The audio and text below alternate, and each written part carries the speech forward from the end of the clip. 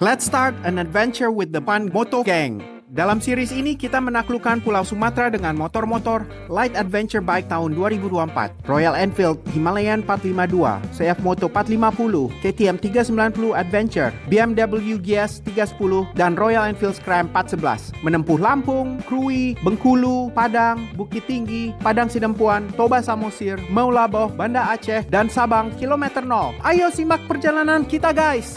Welcome back to my YouTube channel. Kembali lagi di perjalanan epic kali ini, perjalanan dari Krui ke Bukit Tinggi melalui rute yang ikonik. Dalam perjalanan ini, kita akan melintasi kota-kota di Sumatera yang menawarkan pemandangan spektakuler, hingga melewati tantangan legendaris di Kelok 44. Yuk ikuti terus perjalanan kita kali ini. Rencananya hari ini kita perjalanan di hari kedua ini mau ke Bengkulu. Maksimal sih sekitar 8 jam. Perjalanan ke Bengkulu ini ada uniknya nih, memang banyak pemandangan-pemandangan yang indah ya, yang jalurnya itu memang betul-betul di pinggir laut. Jadi kemungkinan kita juga akan berhenti di situ untuk bikin video ya. Ya sebetulnya bisa mempromosikan keindahan-keindahan alam Indonesia selain yang sudah pernah terkenal. Jadi teman-teman, ini perjalanan hari kedua kita, touring dengan motor adventure semua, dan diharapkan bisa memberikan inspirasi buat kalian semua. Hello, getting ready, even in hot weather. My gear, Klim, Alpanzar airbag.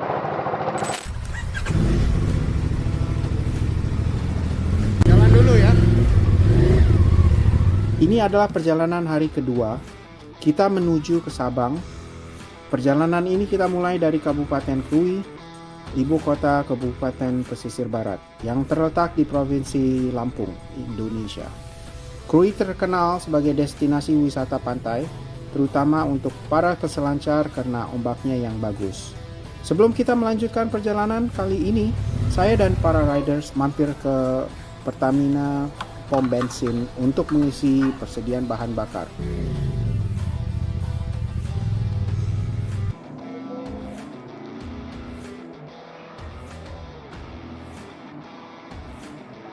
Oke, kita jalannya terus saja.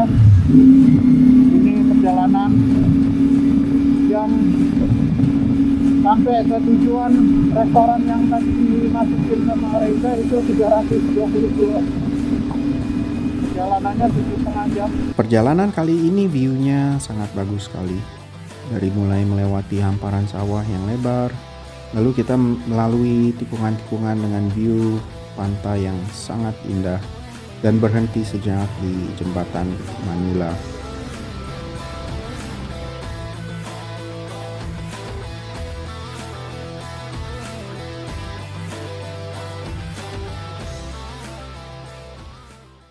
This is the Scram 411, same engine as the previous Himalayan 411. The new Himalayan is the 450. The engine is slightly bigger. We have the GS310 BMW, which is the same class, but the engine is slightly smaller. This is the CF Moto 450 MT with two twin engines, and the KTM 390.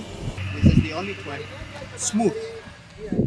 Di situ kami menemukan bahwa ada masalah pada motor BMW GS 310, di mana dua baut engine guard dan skid plate terlepas, sehingga kita harus mengatasi masalah itu dulu agar tidak copot sambil jalan. Ada lubang dihajar kan?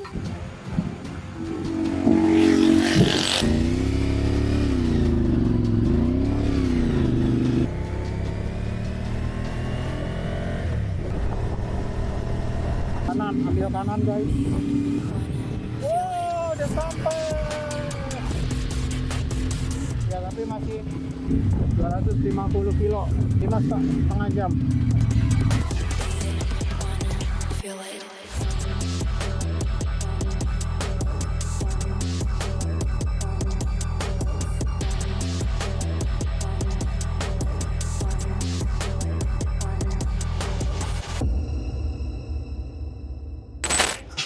Kita lagi di Ancol versi Bengkulu.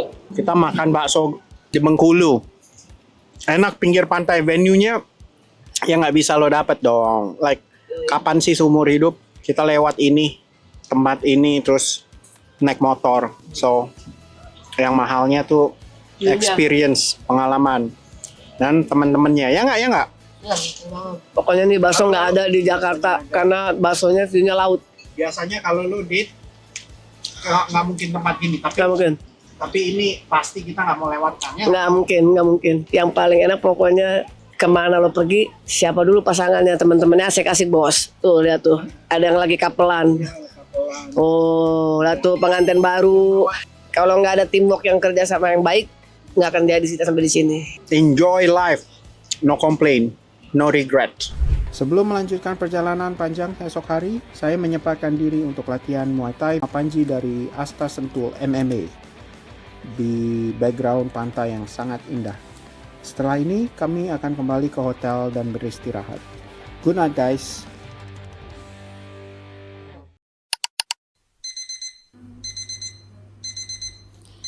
Time to wake up. Show you my gears. Here we have gloves. Also, the shoes, Garni. Gear, my clothing here. The Klim, Alpine, off-road, airbag. My helmet, LS2 Scorpion. No, it says Scorpion Adventure modular helmet, but this is off-road airbag. This is the first one in Indonesia that I'll be wearing on my trip. See you on the ride. Morning guys, we are back on the road. Pagi ini tanggal 16 Agustus, subuh-subuh sekali saya dan tim riders lainnya sudah kembali melanjutkan perjalanan menuju ke Padang. Karena perjalanan kali ini cukup jauh, yang berkisar 540 km dan memakan waktu paling lama hingga 13 jam. Hari sudah semakin terang. Terlihat warga lokal sudah memasang bendera merah putih di sepanjang jalan yang kami lintasi untuk menyambut kemerdekaan Republik Indonesia yang ke-79. Setelah menempuh hampir 5 jam perjalanan, kami berhenti di salah satu rumah makan untuk makan siang di sana. Ketika kami ingin melanjutkan perjalanan, tiba-tiba kami menemukan masalah lagi pada motor BMW G310 GS yang kemarin 2 baut engine guard belly pan-nya terlepas. Kali ini, baut mesin dari motor BMW ini kendor lagi. Namun hal ini tidak bisa kami atasi karena bautnya terlalu pendek dan dipasangkan crash guard. Akhirnya kami melanjutkan perjalanan dengan hati-hati. Tapi pada akhirnya baut ini benar-benar lepas di perjalanan dan menghilang. Tak lama kami melanjutkan perjalanan, hujan mulai turun membasahi jalanan sehingga kami tidak bisa banyak merekam perjalanan kali ini. Ya, hari ini kita pergi ke Istana Gubernuran untuk menghadiri upacara Hari 17 Agustus Kemerdekaan Indonesia yang ke-79. Pantau terus video kita sampai kita ke touring berikutnya, Sidimpuan. Bye-bye! Kita acara 17 Agustus di Padang, kantor gubernur, dan sekarang jam 7.25, bentar lagi akan mulai paskibranya naikin bendera. Penghormatan kepada Sang Merah Putih dipimpin oleh Komandan Upacara.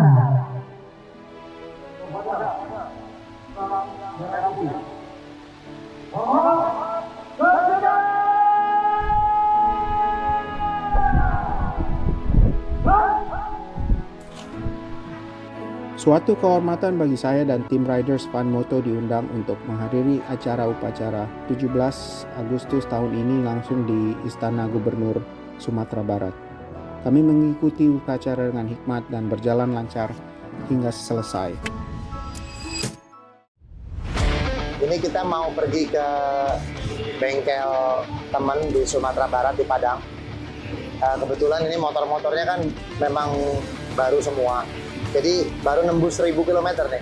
Jadi sebelum kita besok lanjut ke Aceh, kita mau servis dulu, ganti oli sekalian dicuci-cuci. Oke guys?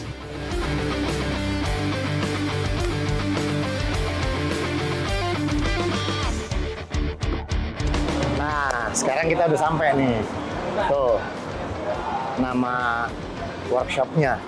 Ini motor-motornya semua udah dibawa. Jadi hari ini semuanya motornya ditaruh di sini. Kita akan servis biar kondisinya prima lagi.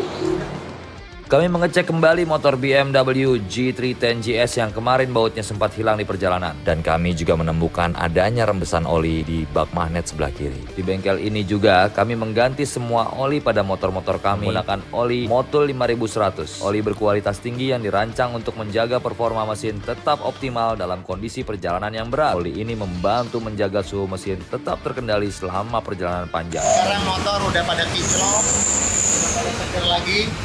Semua udah diganti, dia punya oli dan semua juga udah dicuci lagi, udah kinclong lagi. Jadi guys, pokoknya kalau ke Padang butuh servis motor besar, datang ke Pride Motor Care and Retailing. Oke guys, besok kita acara ke Bukit Tinggi.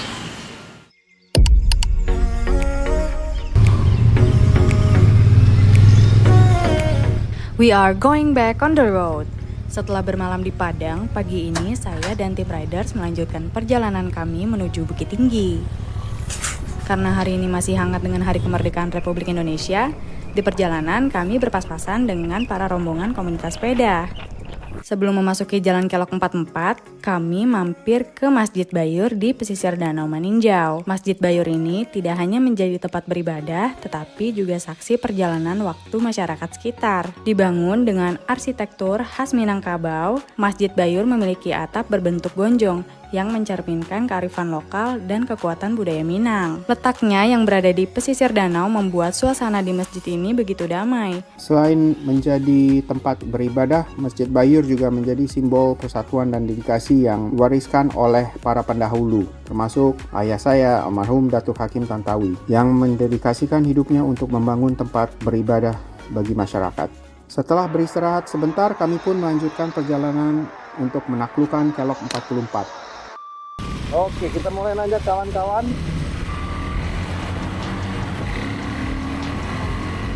Kelok 44 adalah salah satu jalur paling legendaris di Sumatera.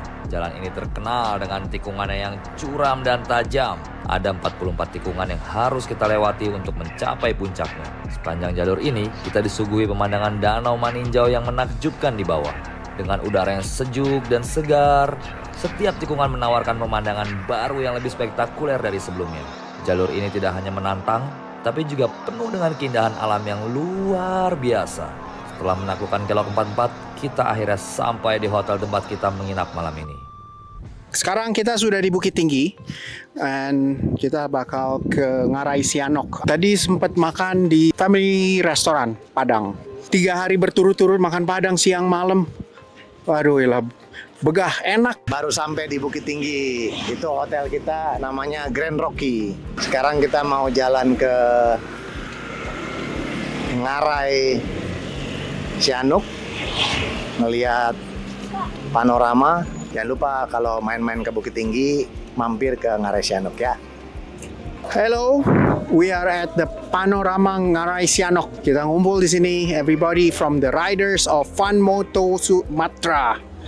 Kita mau dengerin tour guide-nya ngomongin mengenai Ngarai Sianok. Jadi pertama yang kita lihat di wisata panorama Lubang Jepang ini, yaitu ada Ngarai Sianok. Ngarai ini artinya lembah.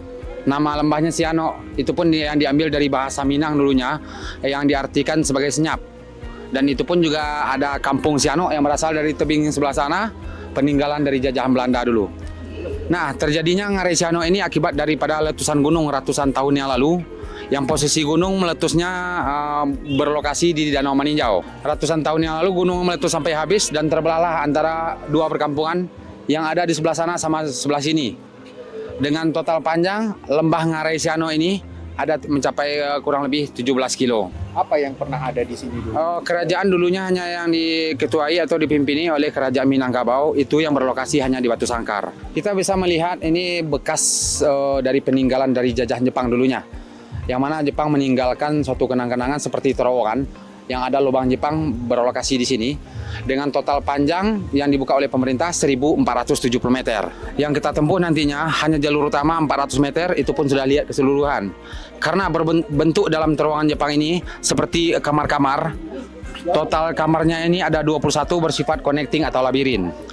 Posisi awal kita sekarang di angka nomor 1, turun tangga sebanyak 132 sampai di sini atau 64 meter. Sehabis tangga jalannya sudah rata semua. Yang kita tempuh jalur utama, keluar di pintu nomor 10. Nah, ini contohnya yang pertama. Nomor 2, bekas peninggalan oleh Jepang yang mereka gunakan sebagai gudang senjata atau ruang amunisi, itu pun bersifat connecting.